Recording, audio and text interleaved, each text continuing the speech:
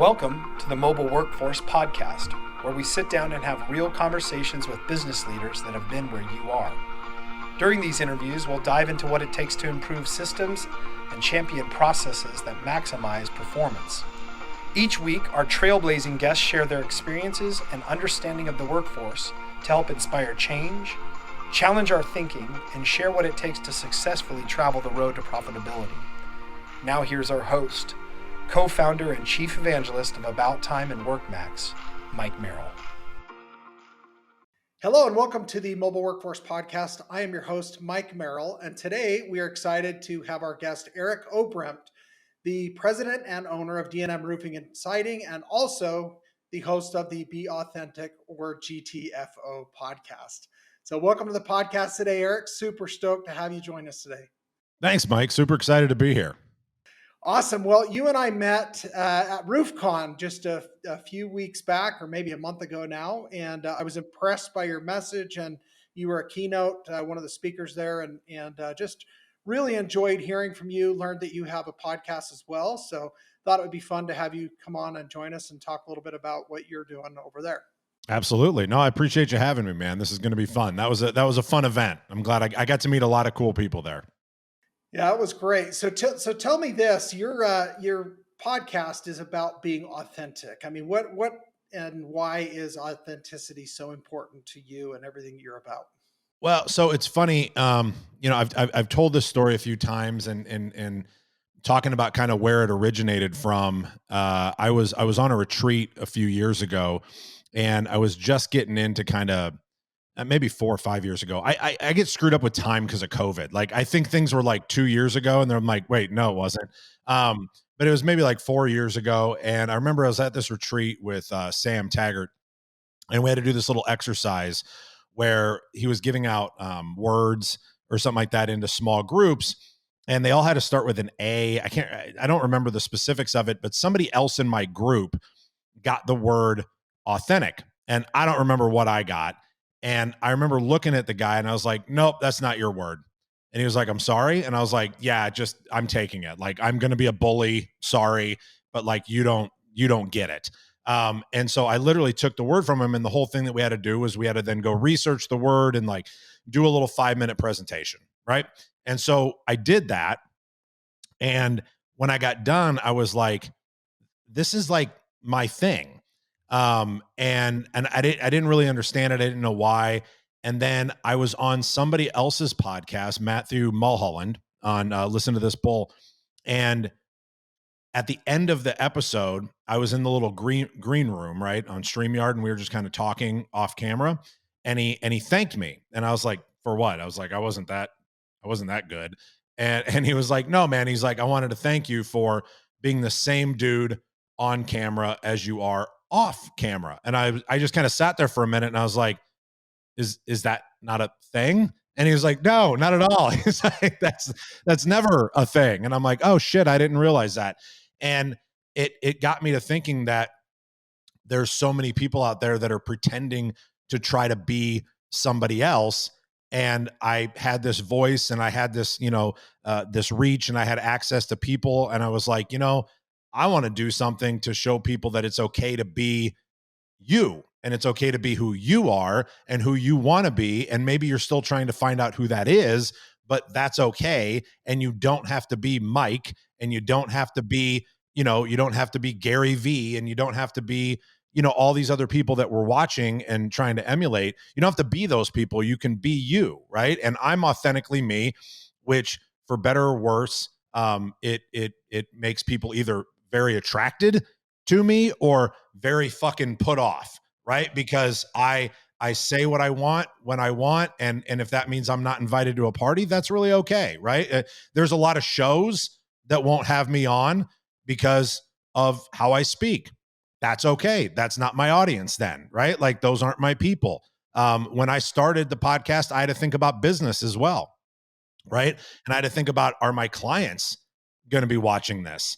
Right. I had to think about that for a minute, and I had to have a conversation with myself and go, okay, am I going to restrict the things that I talk about, whether it's being in recovery, right? If it's about being sober, if it's about, or just, just talking, right? And telling stories that maybe you worry about a client hearing. And I was like, well, if that person thinks less of me and changes their opinion of me because of what I'm putting out into the world, because it's not negative, nothing I put out into the world is negative, right? Um, then you know what? That probably wasn't my client to begin with, and I don't really want to work with them.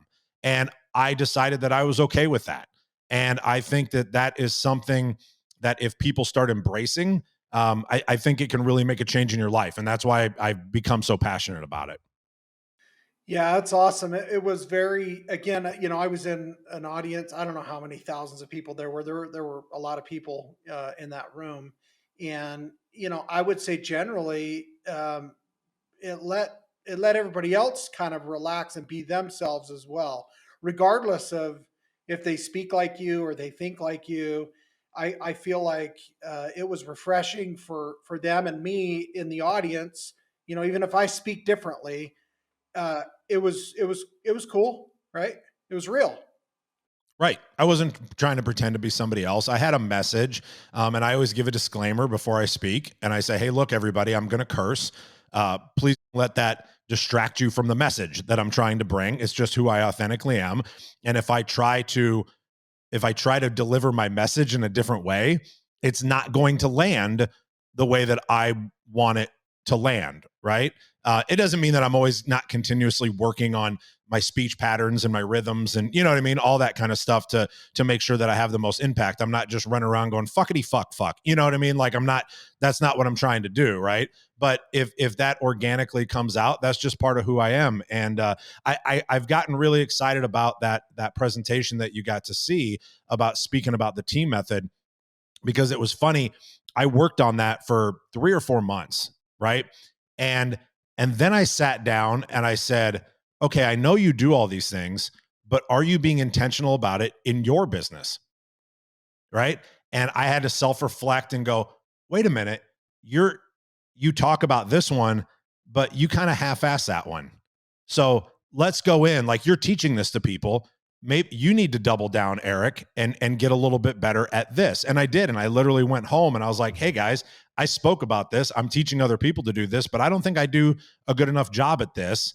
Right. And I started going all in. I started talking about guys about meaning and all the different things that are in that team method. And I'm like, what can I do to bring more meaning into your life? And the reaction that I got from it was like, man, thank you. Like it was a really cool thing when you get to do these things. At first, you think that you're doing it for all these other people, which you are, right? But then all of a sudden, you get to self reflect a little bit, and you're like, "Ooh, it gives me an opportunity to get better too." Yeah, I love that. So you mentioned work and business. I mean, you're an entrepreneur, you're a business owner, you own a roofing and siding company. You obviously speak publicly, you got a podcast, you got a lot going on. But how does this authenticity affect you at work and with clients and with your employees? I mean, what does that do for them and you in that engagement? So I think that the biggest thing that I found is it gives me the opportunity inside of my company to retain staff and to retain the right people. I have a placard, like most people have a Eric Oberempt, president, CEO, right, sitting on their deal. I have a placard that my sister-in-law bought me about 4 years ago that I sit on the front of my desk if I'm doing an interview, and it says, "Fucker in charge of you fucking fucks."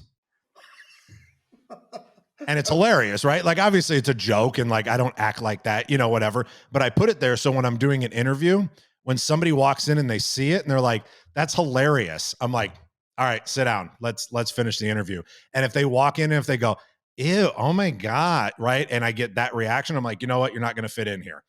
And it gives me the opportunity to be like, "You know what? I'm not going to waste your time and not going to waste mine."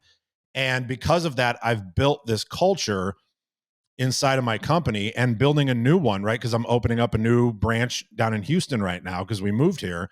And I've built this culture of family, of empathy, of understanding and authenticity. And everybody gets to learn who they are and they're okay with it.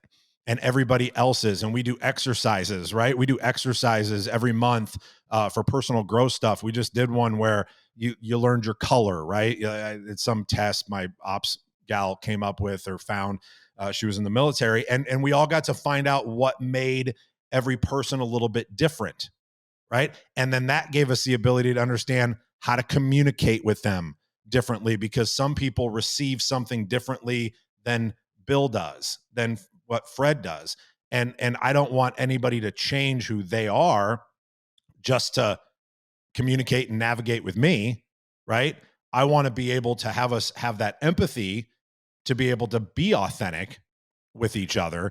And it's given me the ability. I don't have a lot of turnover. It doesn't mean the sales guys don't come and go, and you know what I mean? Like that's normal, right?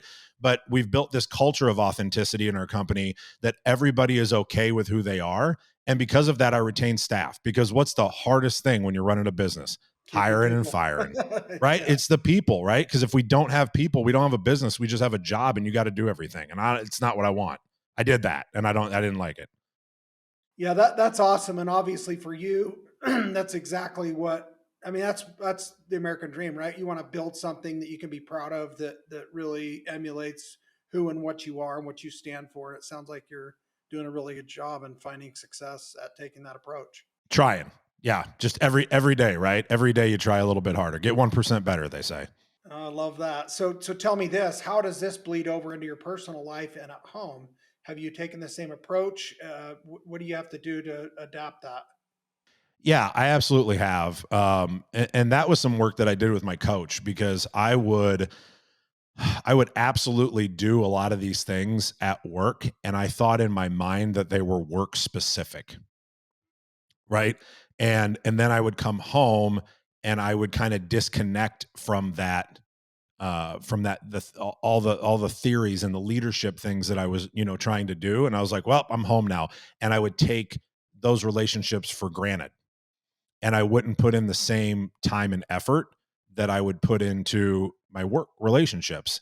And I was literally working with my like life coach guy on that, and we were talking about it, and he's like, why the hell aren't you doing these same things at home? And I'm like, uh, I don't know.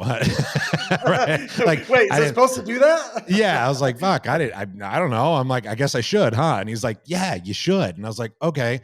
And I did that, and I started, having those kind of conversations with my wife, with my 7-year-old, right? In teaching her to stand up and be who she is, and that she doesn't have to be like her little friend, over in the corner doing this. I'm like, you're good at this, so you focus on that. And honestly, like in the last year and a half, 2 years that we've done that, it's completely changed our family dynamic, as well. It doesn't mean that you can reach everybody, right? I know Ed Milet talks about that a lot, right? Like, like you're not going to change everybody in your family, but the ones that watch you and want to be that better version of themselves, right? Because I feel like that's my mission, is to figure out, especially whether it's in work or recovery, right? Because obviously that's a big part of my background and what I do now, but is trying to help people become the person that they were actually born to be, and not a better version of themselves. I hate that phrase, but to become the human that they were supposed to be. I wasn't supposed to be that piece of shit that I was for 20 years, right? Drinking and using people, and you know what I mean? Like, I wasn't supposed to be that person. But I didn't know that, and I didn't understand that until I was able to come through it. And then I was like, oh wait, that's not who I was that's not who I was meant to be. I was meant to help, and I was meant to do all these other things so that I can leave this legacy on the table when they finally dig my hole. And that's, and that's completely changed my life, and my hope is that it's changed other people's lives that are around me. Yeah, I love that you brought that up. And like you, I'm a big Ed Milet fan. I just love so much of his messaging and his leadership. He talks about being the one, right? That, changes the trajectory of his family. And I think that's exactly what you're talking about. It's like, no, I don't need to be the best version of my life. It's like, I need to be who I'm supposed to be, right? Yeah, absolutely. I mean, we all have that opportunity, right? We all have that opportunity. I guess, and if I would have heard that story in the beginning, I would have been like, oh, that was my grandpa, right? Like my grandpa was the one that changed and blah, blah, blah, blah, blah.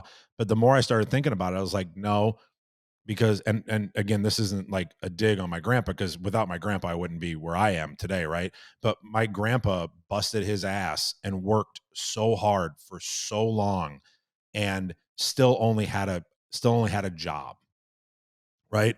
And it was still, I was still taught going to school, right? That you go to school, you get good grades, you go to college, you get a job.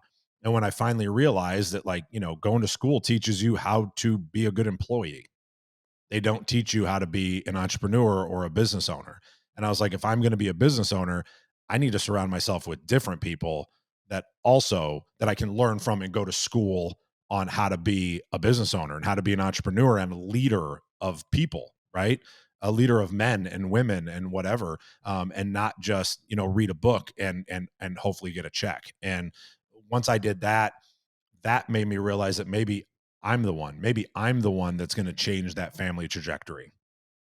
Yeah, I love that you pointed that out because I think that, I mean, to me personally, and I think we have some similar approaches to things in life, you and I. But when I think about, being the one, I think that's all of us. Like it's not for somebody else. It's not someone else's job. You got one job and that's to be, it's like, getting back to, Andy Frisella and you're the CEO of yourself, right? Like you're in charge of what you make of this experience. And so I think not passing the buck and looking for somebody else to be the leader or the person that, makes this difference is, it's just a cop out, right? I've had moments of that, right? I've got a couple other businesses that I'm involved in, and I recently just kind of had this epiphany. I was like, man, I'm letting you guys dictate how this goes, because I've never had partners before in anything. And recently I got involved in a business where I have partners, and I was like, 5, 6 months into it, I was like, wait a minute, why am I letting you steer the ship and deciding what happens here? Not meaning like that I'm pushing anybody out or away or whatever, but it's like, just insert yourself, man. Go take control of what's going to happen on everything that you have control over, and own your shit, own your role, own your shit, right? I mean, that's for anybody, whether it's an employee or a business owner or whatever it is. Own your department, own your shit, own your, you know what I mean? Own your outcome. Mm. Yeah, I love that. So when you think to yourself, okay, I'm being authentic to me, I'm being, this person that I'm supposed to be. What does that mean to you? Like when do you find yourself not being that? What do you do to pull yourself out of that? There's not a lot of times that I don't find myself anymore being authentic to who I am. I definitely did that a lot though in the past. I did that a lot in the past. Yeah, I'll catch myself, um, because I'm involved in so many different groups, and so many different groups of people, that I will catch myself.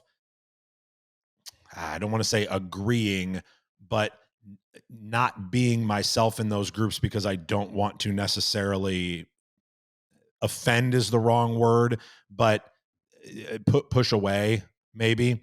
And you have to do a lot of self-reflection. So to answer your question of what do you do when you're in that moment, is for me it's being self-aware, right? And being self-aware in that moment of, are you are you pretending to be something, even just in a fleeting minute, right? In a fleeting second, are you pretending to be somebody else so that you feel like you fit in, or that you feel like you aren't rocking the boat, because nothing amazing got done by not rocking the boat, right? Ever. And when I start having those moments of, hey, I'm following instead of leading. And again, there's nothing wrong with following, but like, if I'm in that moment of I shouldn't be following, I have to be self-aware enough to have a conversation with myself to say, hey, stop it. Right. And so the goal for me is, how quick do I catch it now? How quick do I catch it? Does it take me a week, or does it take me an hour, or does it take me 10 minutes? And as I've lowered that time frame, that's how I feel that I'm getting better, because I'll catch it and be like, "Oh, you're doing it. Don't do that." And then I'll stop myself.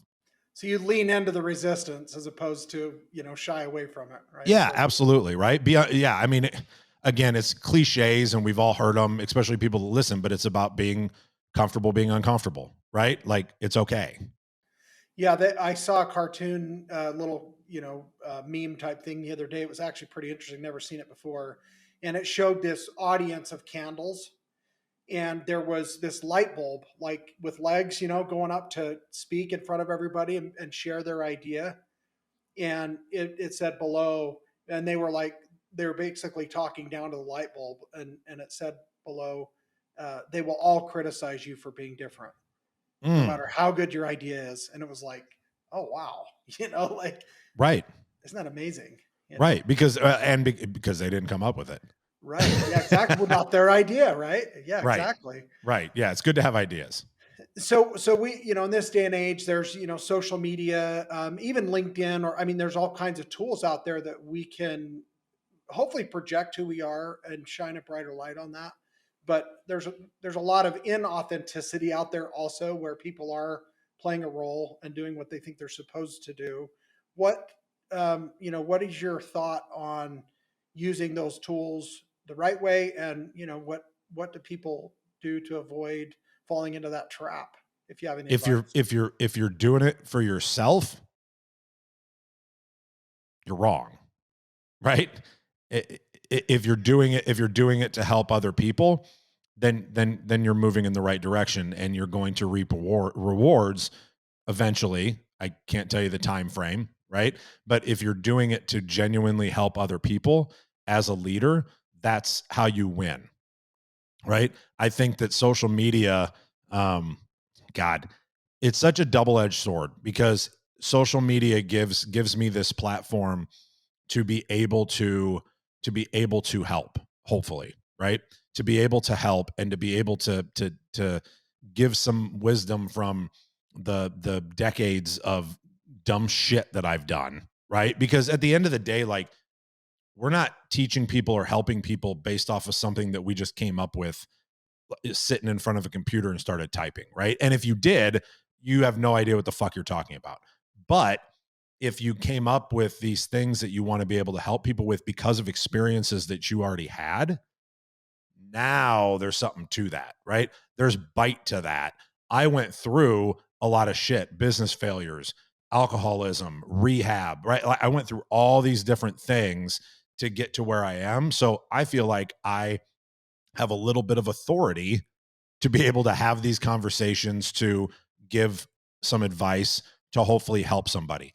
But on the flip side of that, there's other people that see social media as this platform to be able to only reap rewards and to figure out how to manipulate other people so that they can either monetize or they can, whatever it is. Like, I'm not against monetizing. I love money. I want to monetize eventually, what I'm doing as well, but not solely for the benefit of that, right? That should come secondary. People who start with the idea of monetization first are going to fail eventually every time because they're going to be found out, right? And that's something that I talked about a lot in that speech, is that you will get found out, right? You will get found out that you are this other person. Eventually it will happen and it won't be pretty. Yeah, and we talked about Ed Milet before, and obviously John Maxwell was one of the speakers, a keynote. Boy, what an amazing man he is! And as I look at men like that who have obviously been wildly successful financially, especially like Ed, he doesn't need to do this. He doesn't need to, do any of the stuff. His podcast, his books. He doesn't need any of the money. His grandchildren, great grandchildren, 20 generations could be fine with the wealth that he's amassed. And yet, I think he's up earlier, grinding harder, doing more. I think he's the best he's ever been, and he's only getting better, right? Yep. Because it fulfills him. Because it fulfills him. And if we find things that fulfill us, like that's I literally I just got back from vacation. Literally last night I was in Grand Cayman for about 10 days, and we were down there with family, or we have family that live down there. And I was down there scuba diving and doing all the stuff that I love to do. And I've been doing all this stuff, right? Like you said in the beginning, I've been speaking, I've been doing the podcast, I've been traveling, I've been, blah, blah, blah, I do all this shit. And I was like, man, why do you keep doing it? Like you have those moments, right? Like, why do I keep doing this shit? Right. Like you just feel like you're spinning in circles. And I came up with this idea. My brother-in-law helped me kind of manifest the idea. And I was like, why don't I figure out the things that I love doing to bring other men around me so that we can go do these things and become better and not let somebody else dictate what it is that we're doing. And I was like, okay, what do I love doing? And I'm like, I love being on the water. I love water sports. I love scuba diving. I love meditation. I love mindful meditation. I love breathing. I love, like all these different things that have made me better from the experiences that I've had over the last, 5 years. And I was like, well, fuck it. I'm going to make my own group where we're going to go do that. Right. I'm not trying to be Hunter and go make this mastermind with, 50 people and whatever. I'm like, I'm just going to put a thing together and get 10 people, throw out applications because I'll vet them. I don't want people coming with me for 5 days to, Grand Cayman that I don't like or I don't think I'm going to like. Right. Or we don't align. That's the big word. Right. I want to align. And I was like, that's what I'm going to do. I'm going to use this platform to be able to recruit people to come be better with me. How awesome is that going to be? Right. And then use it as a platform to be able to give back to our nonprofit, to be able to give back to roofers in recovery. Well, shit, that's a win-win. Right. So like we literally came up with it over the last week. And today, after I'm announcing it now, but today I'm going to go live. I'm going to do a post today and I'm going to announce it that we're going to start taking applications at the first of the year. Right. Because that's how we hold ourselves accountable. Right. Use social media, put it out there. And now you're screwed, right? You Like got to do it. you put it out to the world, so now you got to own your shit. So I'm really excited about that, and I think that's what we're here to do is to help the people around us, or invite people into our circle to be able to help make them a little bit better. Yeah, that's amazing. And congratulations on, the idea and putting it together and actually getting ready to pull that trigger. That sounds like it's going to be amazing. It's scary, but yeah, we're gonna do it. Well, if it's not scary, it's probably not worth doing, right? Yeah.